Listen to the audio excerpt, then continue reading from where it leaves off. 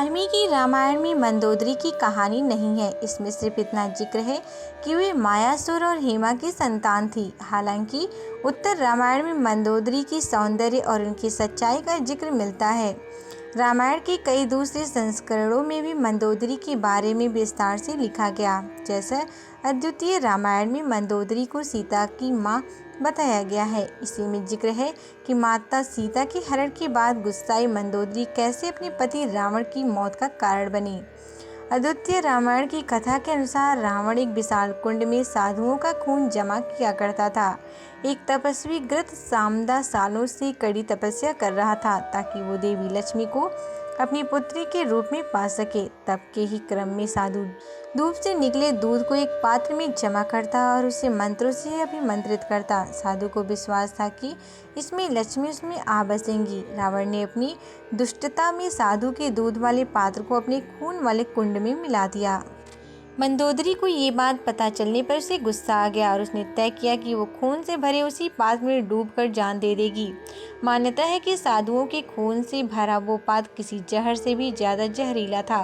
मंदोदरी खुदकुशी के इरादे से कुंड में कूदी, लेकिन मरने की बजाय वो गर्भवती हो गई। इसकी वजह कुंड में मिला दूध था। मंदोदरी का गुस्सा तब भी कम नहीं हुआ था। उसने भावी संतान को कलंक मानते हुए उसे कुरुक्षेत्र में जमीन में दफना दिया। यही वो जगह थी जहाँ राजा जनक को खेती करने हेतु देवी सीता संतान के रूप में मिली। रामायण के एक और संस्करण देवी भार्गवा पुराण में जिक्र है कि मंदोदरी के सौंदर्य पर मोहित रावण जब उससे विवाह की सोचता है तब उसे चेतावनी भी मिलती है कि इस शादी से जन्मी पहली संतान उसके विनाश का कारण बनेगी। रावण चेतावनी नज़रअंदाज कर देता है और मंदोदरी से ही विवाह करता है। बाद में उसकी गर्भ से जन्मी पहली संतान को खुद रावण ही कुरुक्षेत्र में जमीन में दफना आता है। यही बच्ची सीता बनी और रावण की मौत का कारण बनी। रामायण के जैन संस्करणों जैसे और उत्तर पुराण में भी मिलता जुलता प्रसंग है। इनमें भी बताया गया है कि सीता रावण और मंदोदरी की पहली संतान थी और इसीलिए दफना दी गई क्योंकि रावण को अपनी मृत्यु का डर था। एशिया के कई देशों जैसे इंडोनेशिया, मलेशिया और थाईलैंड में बोली जाने वाली भाषा मलय में लिखी गई रामायण में भी सीता इसी तरह से दिखाई गई हैं। रामा किलिंग में बताया गया है कि कैसे मंदोदरी पर मोहित रावण गलती से छंद मंदोदरी से शादी कर लेता है।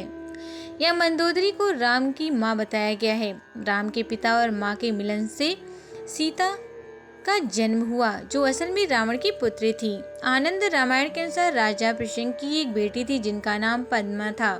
वे देवी लक्ष्मी का अवतार थी। जब उनकी शादी का आयोजन होता है राक्षस उनके पिता को मार देते हैं। दुखी पद्मा आग में कूद जाती है। रावण को उसका शरीर मिलता है जो 5 रत्नों में बदल गया था। वो उसे एक पेटी में बंद करके लंका ले जाता। मंदोदरी पेटी खोलने पर देखती है कि भीतर पद्मा है।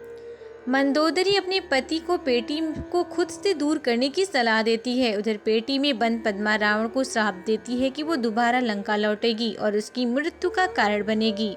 डरा हुआ रावण पेटी को जनक की नगरी में गाड़ आता है। वहीं राजा जनक को पद्मा सीता के रूप में मिलती हैं।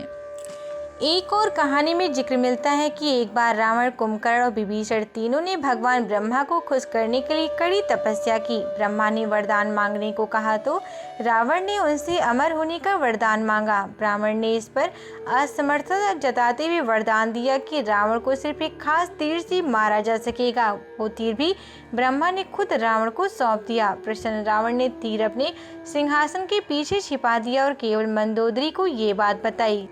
राम रावण युद्ध के दौरान विभीषण भगवान राम को ये बात बता सके कि रावण की मृत्यु उसकी नाभि में तीर मारने से होगी, लेकिन वो तीर कहाँ है इस बारे में उन्हें कुछ पता नहीं था। यही पता करने के लिए हनुमान जी ज्योतिष का रूप धारण कर लंका पहुंचे और मंदोदरी से मिले।